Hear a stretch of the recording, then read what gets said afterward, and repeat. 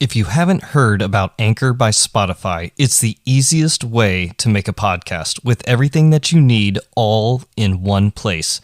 Let me explain. Anchor has tools that allow you to record and edit your podcast right from your phone or computer. When hosting on Anchor, you can distribute your podcast on any listening platform like Spotify, Apple Podcast, and many, many more. It's everything that you need to make a podcast all in one place. And best of all, Anchor is totally free. Download the Anchor app today or go to anchor.fm to get started.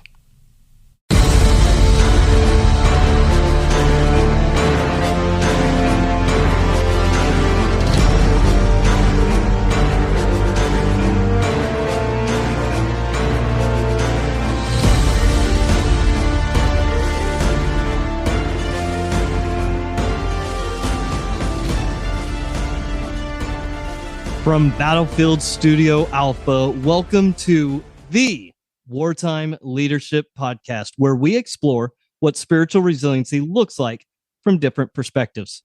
We often focus on the physical, the emotional, and the social areas of resiliency, but too often, we neglect the spiritual pillar. Now, this looks different for everyone. We will be exploring what spiritual resiliency looks like in the lives of our guests, who are people from all different walks of life. I'm your host, Nathan Coy, and today's episode is sponsored by Success Draft, where we help transform your dreams into drafted plans. Head over to successdraft.com to get started on your future today. This episode's guest is one that I met just online in a really cool group that I'm a part of. And I came across a screenshot of his book. And let me tell you, it just spoke to me. Having somebody wearing a graduation attire with a flak vest on. I was like, oh, this is going to be about school shootings or, something to that nature. But no, I was wrong. And I was pleasantly surprised. The author of Combat to College, John Davis. How are you doing today, John? I'm feeling great. How are you doing? You know what? I am loving this conversation already. Like we've already talked for like 10 minutes and now we get to do the actual interview. Yeah. I didn't want to give up too much of the good stuff. Well, good, because now you got me hooked. So, and I'm sure that the listeners are also going to be hooked. But before we get going, how about if we do just a few easy softball questions to get started? Sounds good. All right. What is your worst habit? Either one that you've broken already or one that you still have? Not closing the cabinets when I'm done in the kitchen. I just leave the cabinets open when I put the stuff in and walk away. And then someone will come back, why are all your kitchen cabinets open? Like, well, it's just easier to access to my stuff. Why don't you just take them off? That's a good question. And then never thought about that. The open living situation. My apartment that I'm in now in Dominican Republic, I Airbnb it when I'm not here. So I got like my stuff all kind of, compartmentalized, where I have my coffee mugs that I put away when people come. So, I don't want them using my stuff. And let me tell you, folks, he is holding up a grenade coffee mug. He has a very unique set of coffee mugs. He likes the fun ones. Yeah, I think I got one with a pistol handle and all those different things. All sorts of fun. Hey, what is the greatest movie of all time? Saving Private Ryan. Why? It's just the most iconic hero story with, actually, you know what? I'm going to change it to another Tom Hanks movie. I'm going to go with Forrest Gump. Oh, wow. I think Forrest Gump is one of the greatest movies of all time because it just tells this iconic life story and goes over so much of American history.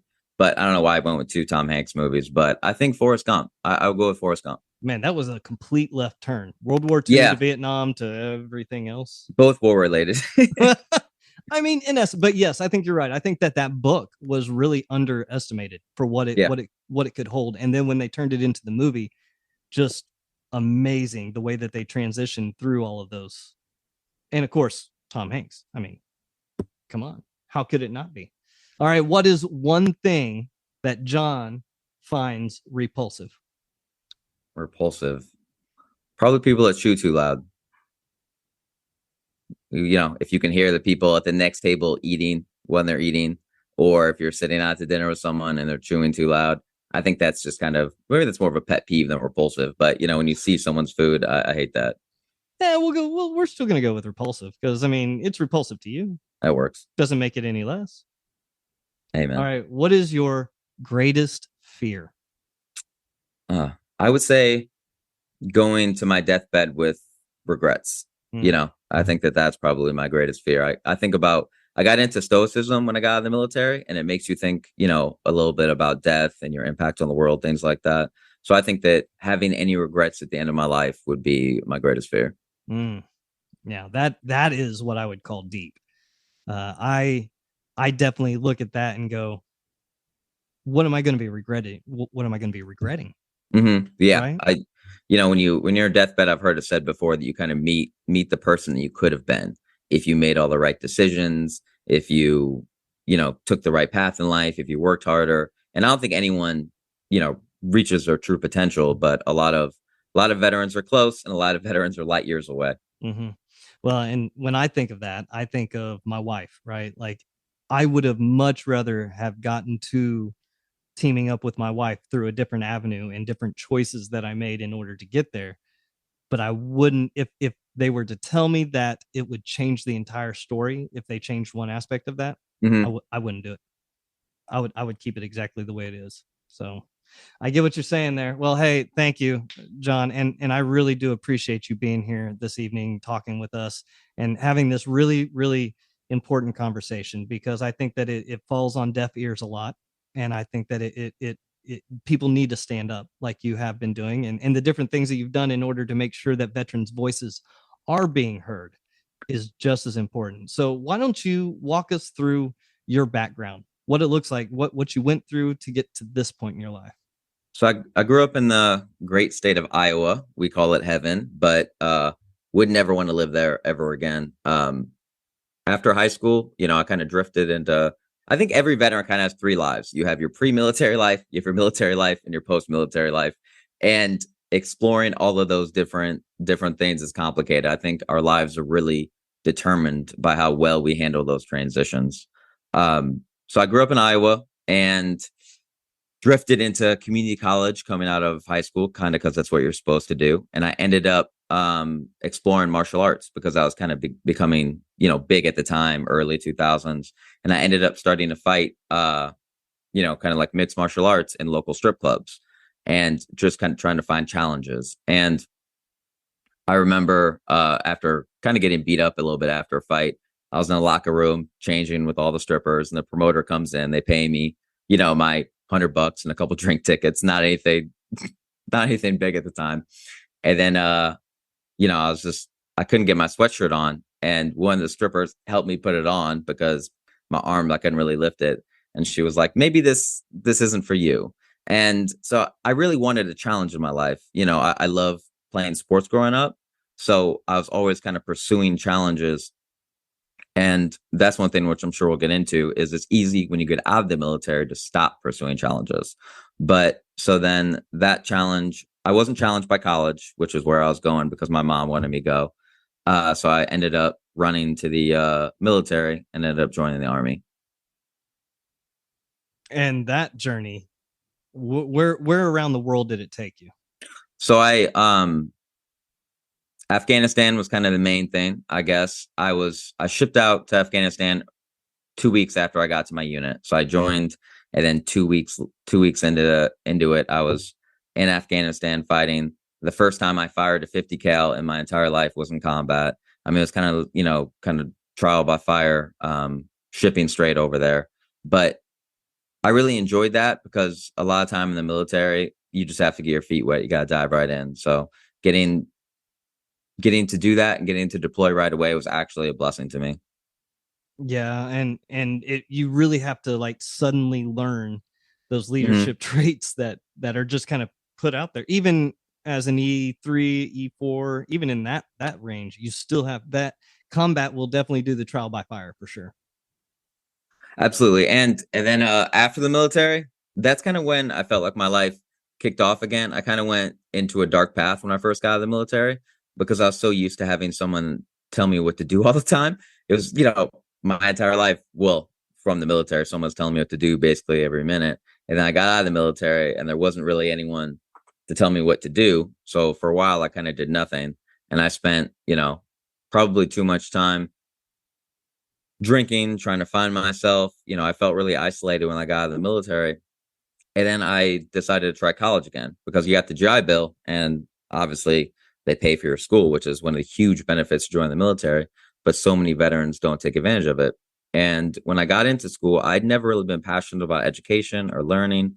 I always liked to read, but I had never, formal schooling wasn't really for me.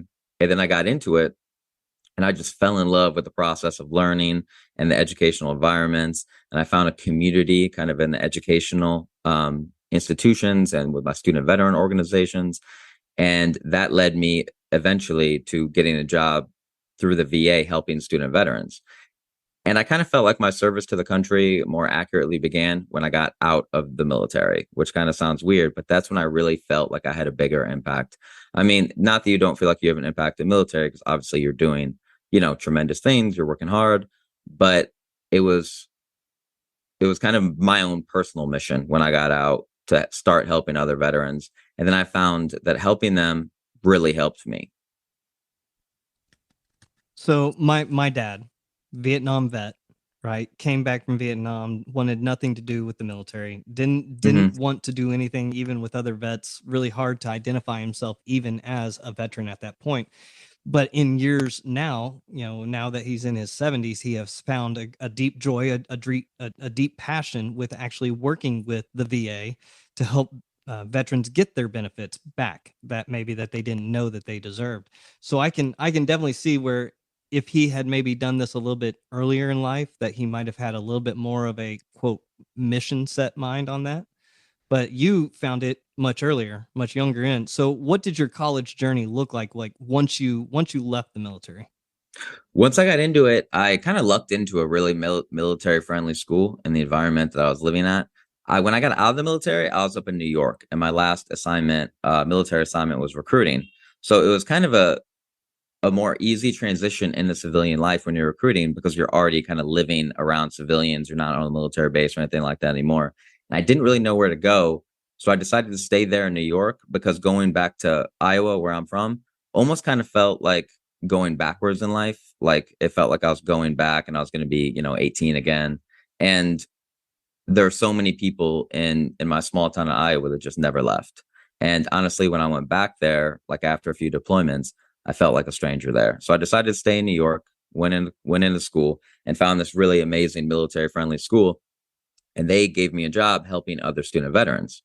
So I created this coaching program where eventually I had this, I was coaching and helping student veterans, everything from doing tours of the campus to certifying military benefits to making sure veterans got paid for their books. And that led me making a list, and I call it John's College Tips because I'm so creative, obviously. And then so I gave it to incoming student veterans, and those tips eventually morphed into chapters of the book, because I kind of, there's so many things that I was telling student veterans to do that I realized I wasn't really doing, so kind of opened my eyes to my own mistakes. And then helping them made me really want to be someone who was worthy of their respect and trust. Mm-hmm. So kind of, I put myself into kind of trying to be a role model, I suppose. And then, so I had about 15 student veterans that I worked with, and my job, I viewed it as getting them through to graduation. Kind of like when you deploy or something, you want to bring all your guys back. I viewed it as that was kind of my victory. If I could get all these people to be college graduates, that would be an amazing impact on the world. And so that was what I did. And it ended up, my book, and then I ended up applying to Harvard kind of just on a whim, because I grew up in, cornfields in Iowa. So Harvard is kind of like Hogwarts. I didn't know anyone who went to Harvard. It kind of seems like a off the wall thing. And I was very surprised when they admitted me. So I went there for grad school, and that led to me speaking to Congress about student veteran issues. I was one of the VFW selected me to go speak there on legislative issues about student veterans. And my mission, what I was trying to do, was to get more employment for student veterans, because obviously your economic health plays so much into your mental health and everything. And if more veterans had employment during school, they would or had employment that more directly supported their schoolwork and set them up for a future, then you'd see higher graduation rates and things like that. From Iowa to the Congress. Mm-hmm. What a journey that looked like. through the gates of Harvard. Yep. Now, I feel a little bad here because my dad went to Yale.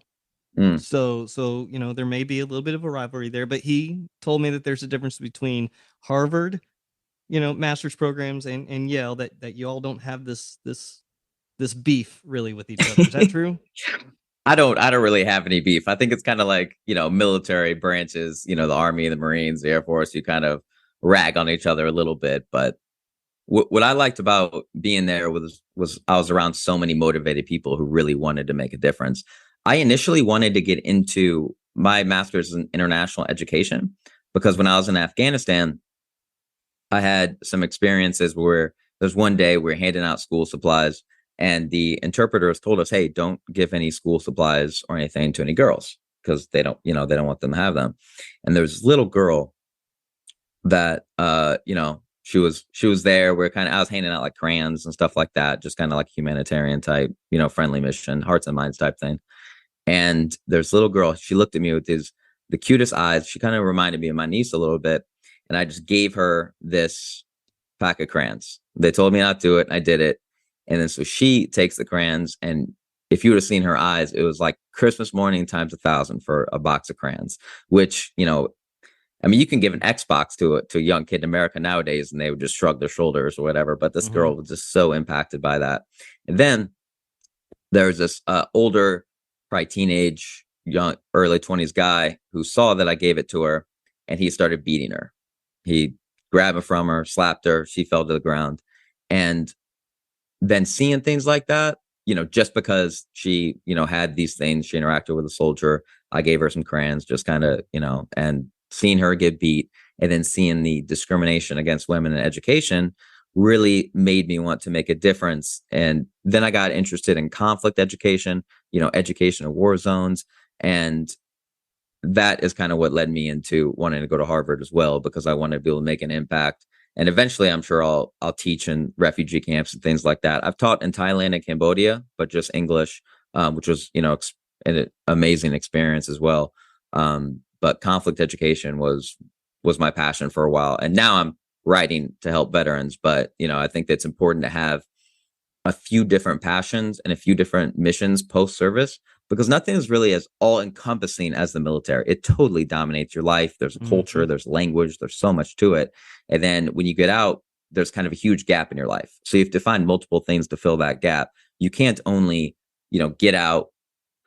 What drives me probably the craziest in the world is when you have these veterans who do amazing things in service and then get out of the military and their engine just kind of stops running. They drift into nothingness. They stop pursuing challenges.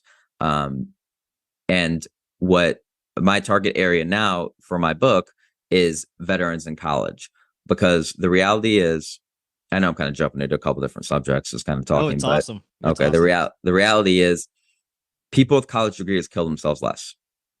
Now, there's two classes of people in the military, which I know, officers and enlisted across every single branch. And officers transition better out of the military. They struggle less with PTSD. They struggle less with addiction. They're homeless less. They get divorced less. They kill themselves less. And these two groups have essentially the same military experience. You eat the same food. You work on the same ships. You're at the same bases. There's not a whole lot of difference. Officers get paid more, which is nice. But so I was curious, why do they do so much better post-service? And the only big difference is officers have college degrees, which is a huge step up in life. But by the time enlisted veterans get the opportunity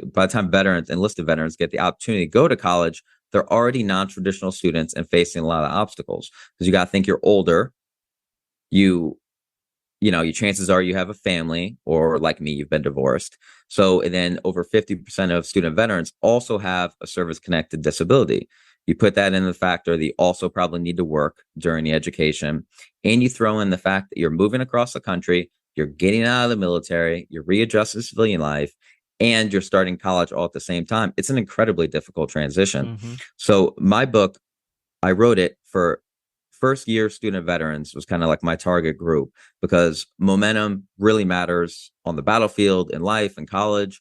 And student veterans that get through the first year of school are more likely to make it to the end. So I really wanted to help them with that first year, because once you get some momentum going, in college or in life, you stick with it. But if you drop out that first year, if something happens, or you fail to graduate, you can really go in a downward spiral, especially if your plan was education. For me, I wanted to be a teacher, so I had to get the degree. So I took my military mission, or my college mission, as serious as military missions. Like I took it like as serious as a military contract. I was the most, disciplined student. And then I realized how much the military mindset could benefit, student veterans. A lot of times we focus on the negative aspects of our military careers, the PTSD of, the issues we all face as veterans, but it's easy to overlook the benefits that we have and the advantages we get from serving. Like, for starters, we know how to be on time, which sounds pretty basic to most people. I remember my first class, I sit in there, I come 15 minutes early. I'm sitting there. I'm like, I got to be in the wrong room. Nobody comes in. I'm there, sit right up front, ready to go. And again, nobody comes in. And then finally, like 2 minutes before class starts, people start drifting in. And like half the class was late on the first day, which is just an unforgivable sin in the military. I mean, it's a total no-go. You can't be late. That's impossible. So when I started treating class as seriously as I treated the military, I saw that hard work is way more important than anything else when you're in college, just like it is in the military. You don't have to be that smart, but if you work hard, you do the right things, then you can go to Harvard too.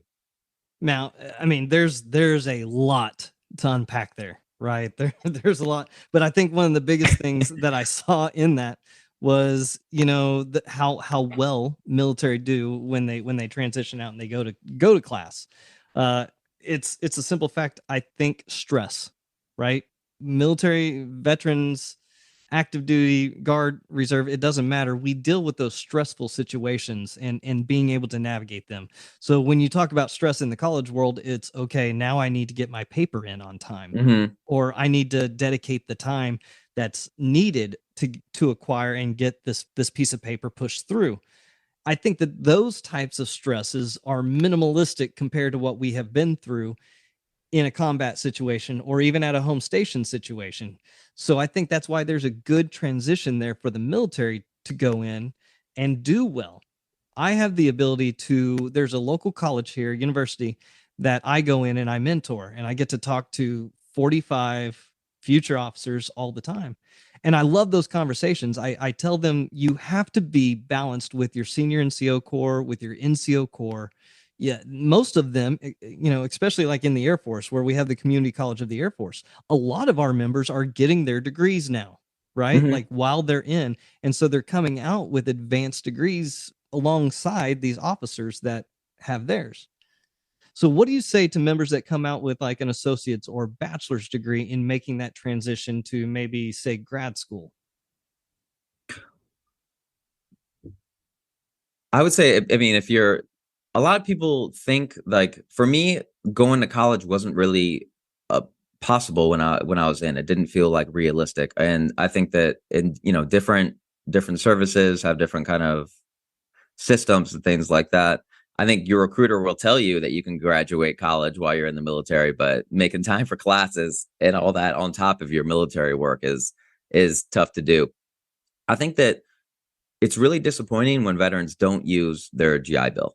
I mean, you have this amazing benefit, and a lot of veterans either don't bother going at all or don't finish. And you have all these civilians that put themselves tens of thousands, even hundreds of thousands of dollars in debt. And you have veterans who have this amazing benefit don't go. So I always tell veterans, if you're not going to use it yourself, at least give it to your kids or your wife or something like that. I think college is an excellent bridge. So even if you have a degree, college provides a great bridge between the military and civilian worlds, to where you're provided a little bit of structure. You're on a path of growth, which is good to be in a positive environment like that. So even if you have a degree, I mean, go for more. There's nobody can take your education away from you. So what I've actually, as we've been doing this, I've been writing down a lot of notes, but I wonder what happens if you don't use your GI Bill. I mean, you paid $1,200 into it. What happens to it? Well, I don't think they pay any more into it anymore. I think they took that away. So I remember my first, you lose $100 a paycheck. Yes. And when you only get like $1,000 paycheck, the $100 seems like a lot. So they don't do that anymore? No, I don't think they take that out of a paycheck when people come in anymore. I think they stopped doing that like 2 years ago. Wow, I need to look into that a little bit more. But No. do you know what happens to it?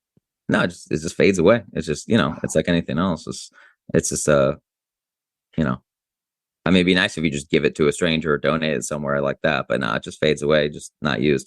But for a lot of veterans, traditional education, the way we think of classrooms, that's not really what they're looking for. And now the GI Bill has so many amazing opportunities to where you can go to vocational schools. You can go to scuba school on your GI Bill. You can go, police academies, fire academies. There's all these extra things you can do that aren't traditional college. A lot of veterans don't feel like colleges for them. When you graduate high school, you have three kind of life options. You have college, the workforce, or military. Like that's pretty much your three options. And a lot of veterans, they chose the military because college wasn't really for them, which I understand, like that kind of thinking. And especially now with kind of college is a little different than it used to be. Having a college degree used to correlate to a lot more income, and it doesn't really mean that much anymore.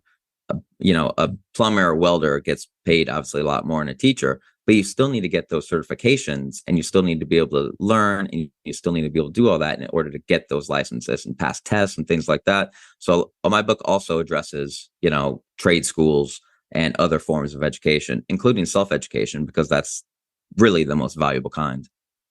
And I think it's also the most undervalued. Mm-hmm. Yeah, if you can't get a piece of paper with your name on it that says, I learned this or that, but self-education is absolutely vital for veterans. It's so easy when you get out of the military or when you're done with school to kind of stop learning. It's, you have your smartphone in hand. There's no need really to pick up a book or anything like that. But that can lead us into dangerous places because if you're not growing, then you're declining. And there's a lot of veterans out there who, like I mentioned earlier, they get out and they kind of live these half lives. I think that I think the veteran community is living beneath our potential. I think there's so much more that veterans could be doing, culturally, business, politics, all those types of things, and make a difference in the world. But we've kind of relegated ourselves to a status beneath what I feel like is our potential.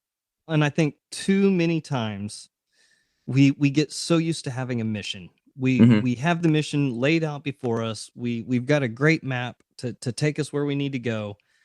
And then when that's gone, it's almost like our purpose is released. So when the mission's gone, the purpose is gone, is the way that we feel. And that's the first mission for veterans post-service is to find your purpose, is to find, your element, kind of to where the military just spoon feeds you your purpose. They tell you what you're going to do. There's creeds to follow. There's examples. There's all those things. You can call your purpose, your next mission, whatever you want. And when you have purpose, even the most difficult of things feel worthwhile. Like even, going to class and doing these readings that you're not really passionate about or anything like that. But a veteran without a mission or a veteran without purpose is a veteran at risk. So you have to keep chasing challenges, purpose, and your purpose doesn't really it's not going to find you.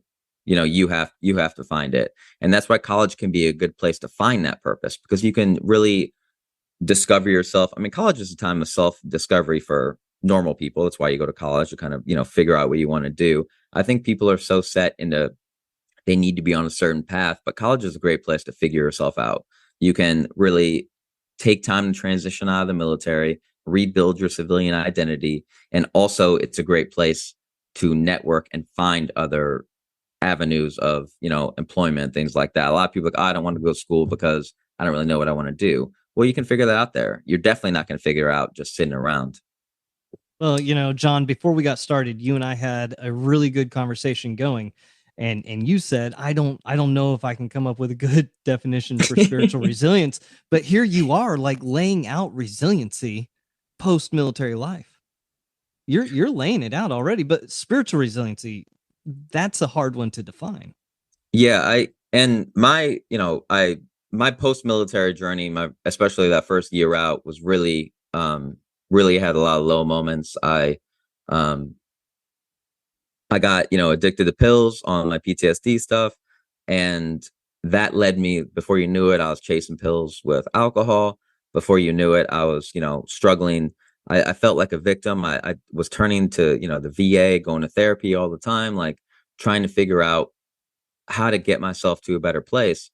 And I was really mad. I felt mad at the military. I felt mad at the VA. I felt mad at the government. I was blaming so many different things for my problems, because it's so easy to kind of point at the military and be like, oh, that's why I messed up, because of these combat experiences.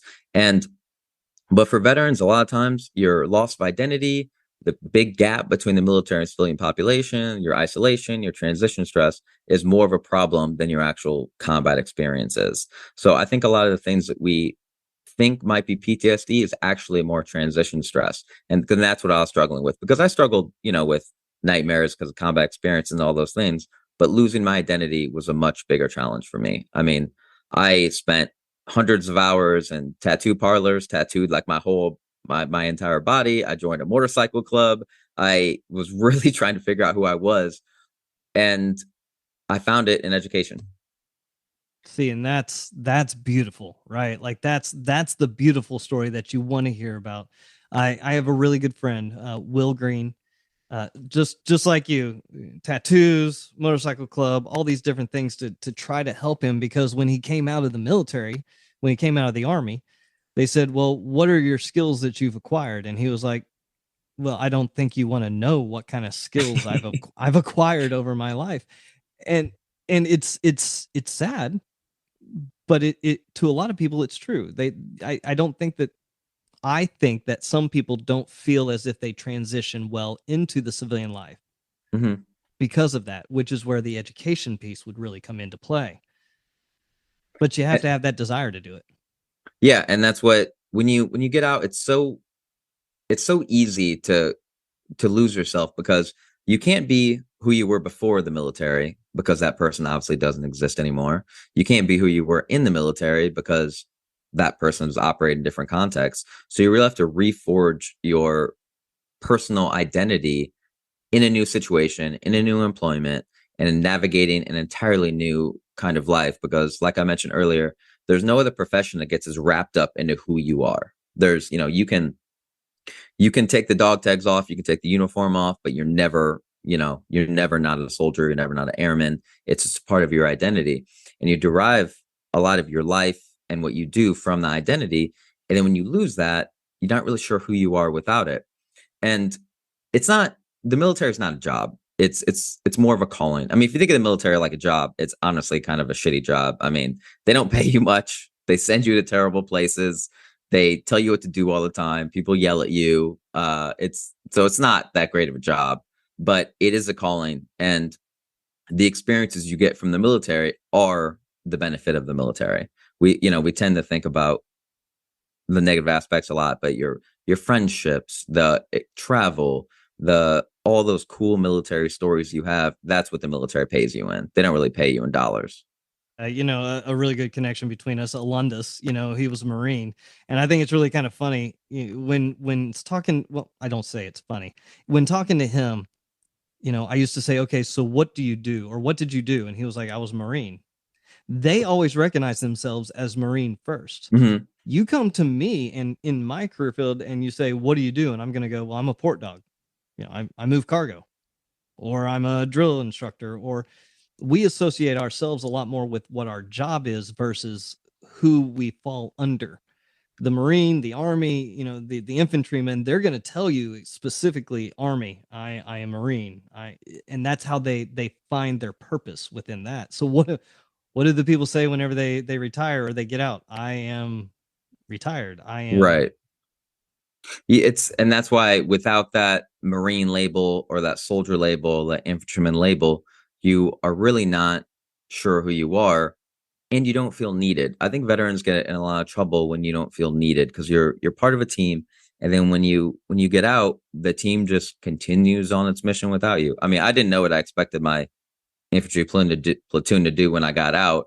I guess I assumed they would all just retire when I retired or something. But as you'd imagine, they just kept doing their infantry stuff and all those things. And I went on with my life. So the first thing that you do is, like I said, find your next purpose, find your next mission, find your next chapter, because you can't stop your life when you got out of the military. And a lot of people, they only look back on the military days and never really become anyone new. Yeah. And that is so sad. But again, for me, it comes down to spiritual resiliency. And so that's why I'm going to go ahead and ask you this in this transition point. John, how do you define spiritual resilience? I think I define it from maybe my grandmother. So when I was in Afghanistan, I had some times when I was struggling, and, you know, with the kind of insurmountable missions and things like that we're asked to do. And I wrote my grandma a letter, and she got letters from, you know, her husband in World War II. She got letters from her father in World War I, her brother in in Vietnam, kind of a cool thing. And she wrote me a letter back, and she was a minister at my church. And she said, "You don't need to change the world. It's because it's going to be impossible. Just focus on 3 things each day. Do something nice for yourself, do something nice for a stranger, and do something nice for someone you love. If you do those 3 things each day, the world will be a better place." So I really kind of modeled that in my life. And then I started kind of keeping track of those 3 things each day. And that led me into a more resilient outlook, and also a more positive one. So I think that, I know it's not a really concrete definition, but sometimes stories are the best way to make a point. You know, John, I'm going to say it again. You said beforehand, I don't know if I can define it for myself. Dude, you just laid the smackdown. You defined it by saying do 3 things, and this was from your grandmother. Do something nice for yourself, do something nice for a stranger, and do something nice for someone you love. Dude, And then you'll build resiliency, because you have to, you know, you have to make the world a better place. You have to make your community a better place. And you do have to work on yourself too. I mean, it's easy to stop working on yourself. You know, it's easy to not pursue self-education. It's easy to not go to school. It's easy to not seek out promotions. It's easy to not, you know, try and make more money. It's easy not to pick up a book, or, you know, and all those things. And that's why I don't know. I think that one of the issues that veterans face, the biggest one, I think, is the gap between the military and civilian populations. I think that's also why college is a good place to be, because you can get to know civilians again. And I think that's what contributes to a lot of the crises in the military, is that huge gap between us and them, where we have our own culture, we live our own bases, you know, we live these isolated existences, and then we get out and we're even more isolated, especially away from military bases. Well, I think also that we forget that there's people out there that want to hear our stories just the exact Mm-hmm. same. I remember my first day of college going into the Oklahoma political systems class, and sitting down and having the long-haired, grayed, Vietnam wearing ball cap veteran. And I was like, oh, great, my dad's in here. This is wonderful, right? But then when he started opening up about the different things, and it was almost like a therapy session for him Mm-hmm. to be able to impart in us what it was, because we forget about, and you know this probably firsthand, there are less members of Congress that served or are serving than at any other point in time. And I mean, just, it's not only, yeah, obviously not only in Congress, but so few Americans have a personal connection to the military now. I mean, over 80% of the military comes from military families. And I mean, and I remember the statistics stuck out to me. In 2018, there was a poll that 40% of Americans had no idea that we were still at war. Most people have no personal connection to Iraq or Afghanistan.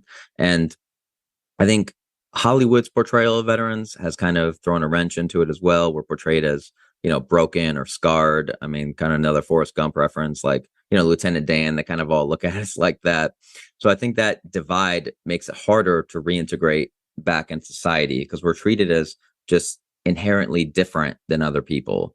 I mean, now, you know, I think that you have, you know, having soldiers on the field, like at football games, kind of feels a little more obligatory. You know, the DoD pays the NFL, kind of like, thank you for your service, has kind of become like a God bless you or something like that after someone sneezes.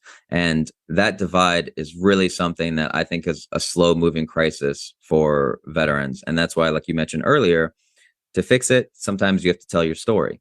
So we've kind of become strangers to our country, which is kind of interesting that over 20 years of war, we drifted further from our civilian population, but it happened.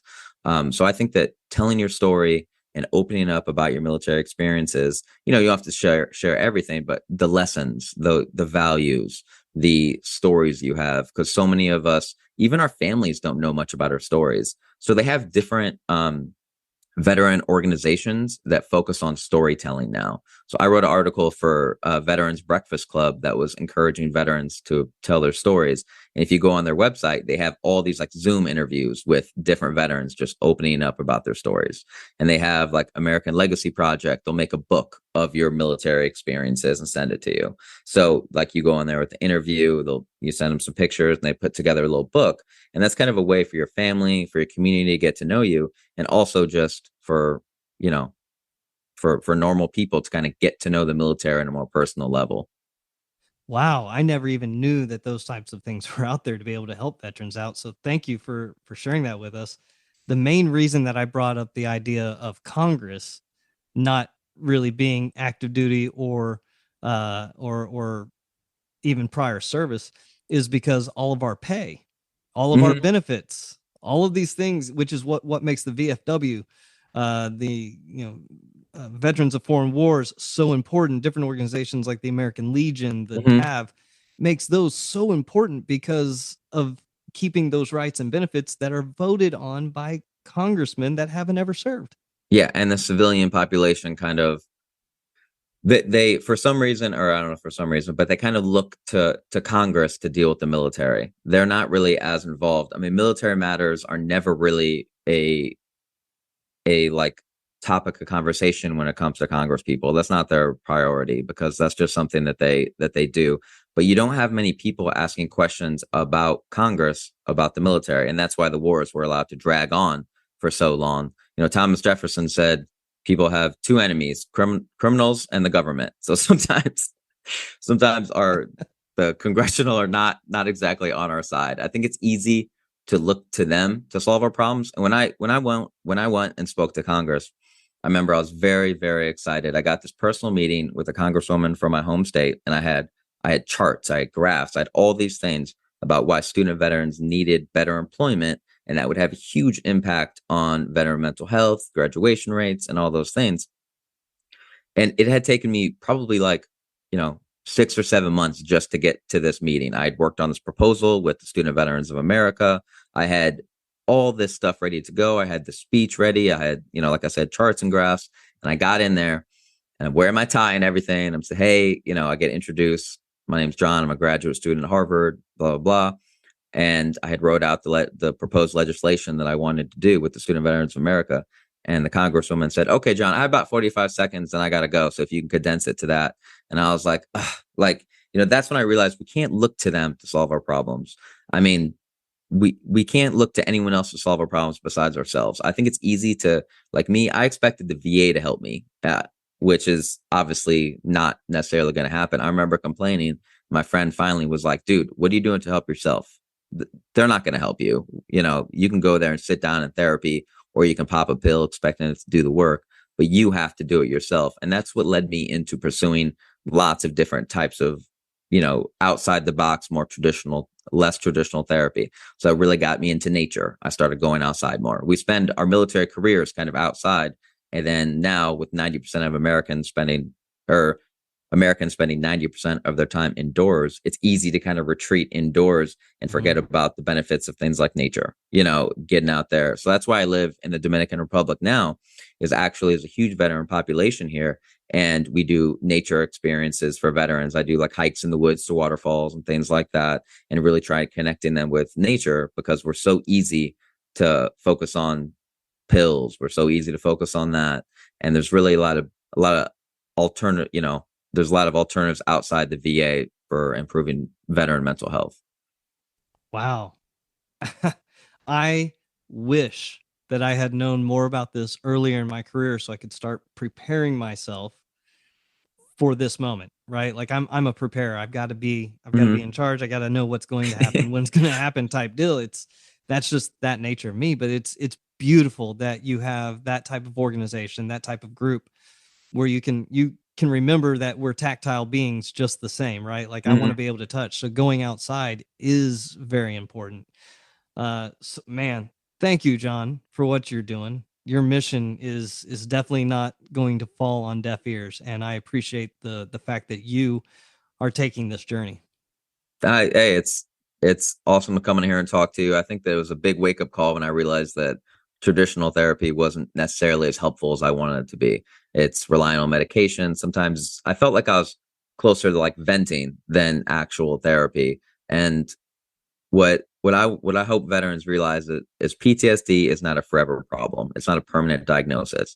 It's something that can be repaired, and you can be better for your experiences and not worse for them. And that's why education is a good start, because you can learn how to fix yourself, because no one's going to do it for you.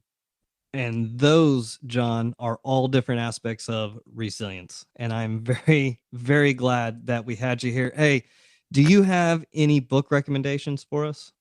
I just finished Gary Sinise. I don't know why which his book Grateful American. It's like the third Forrest Gump, but it was like the last book I read. I think maybe that's why I was thinking about Forrest Gump, because I just read this book. So it's Gary Sinise, Grateful America, and you have this guy who played Lieutenant Dan in Forrest Gump, and that experience changed his entire life. And now he does more for veterans than anyone else, in American society. Really, he's got these organizations where they do all this stuff, especially for disabled veterans. So that is an amazing book, and a story of true patriotism and the power of the military. From somebody who didn't serve and is Hollywood as they come, but such a mission that he has grabbed onto, which was awesome to see. So, John, any final words for our listeners? My book, Combat to College, it's available on Amazon or Barnes and Noble and all that stuff. And my website is johnhdaviswriter.com. And I have my blog on there. I have a coaching program for student veterans. And I also have a student veteran semester journal, which is kind of a guide, like a 60-page guide that takes student veterans through a 16-week semester. So it has everything from calendars to budgeting to motivation to tips and tricks in college, and as well as like weekly tasks and things like that to keep veterans on track. Book is Combat to College. John Davis, thank you so much for everything that you have. Thanks, Nathan. It was great. It was great to talk to you. Awesome conversation. It was absolutely blessed to have you here. Hey, today's episode is only possible thanks to my friend and producer G Frazier with 369design.com, 369sounddesign.com. He is a veteran. He is retired Air Force. He and I served together, and I'm grateful that he takes this podcast and makes it somehow sound wonderful. Jeff, you are truly the one with the talent. That is for sure. We are blessed by the entire team here at the Wartime Leadership Podcast. See you next time. Be blessed.